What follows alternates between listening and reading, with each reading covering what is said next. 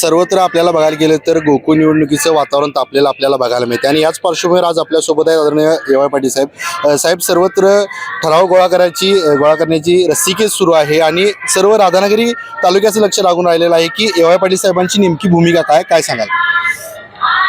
मी आलोय शक्तीपीठाच्या रस्त्याला विरोध करण्यासाठी. गोकुळच्या निवडणुकीचा अजून विषय माग आहे. आम्ही सगळी मंडळी ठराव गोळा करणार आहोत. काय होणार आहे निवडणुकीमध्ये अजून कोणत्याही प्रकारचा मुद्दा लक्षात येत नाही आणि निश्चितपणानं या गोकुळच्या निवडणुकीमध्ये मी उमेदवार म्हणून असणार आहे. त्यामुळे कोणत्या प्रकारची शंका मनामध्ये नाही.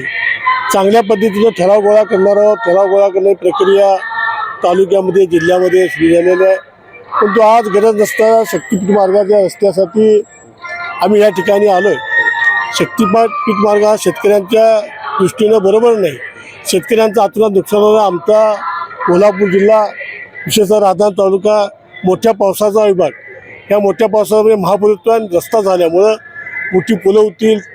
काही भरामुळं अजून मोठा भयंकर असा महापूर पुन्हा जिल्ह्यामध्ये तालुक्यामध्ये यायचं सगळ्या शेतीचं नुकसान या जिल्ह्यातलं होणार आहे. नक्कीच शक्तीपीठाच्या महामार्गाविरोधात मोठ्या प्रमाणात आपण या ठिकाणी सर्वपक्षीय मोर्चा काढलेला आहात. पण बघायला गेलं तर संपूर्ण राधानगरी तालुक्यासह जिल्ह्याचं लक्ष लागून राहिलेलं आहे की गोकुळ निवडणुकीमध्ये ए.वाय. पाटील साहेबांची भूमिका काय असणार आहे?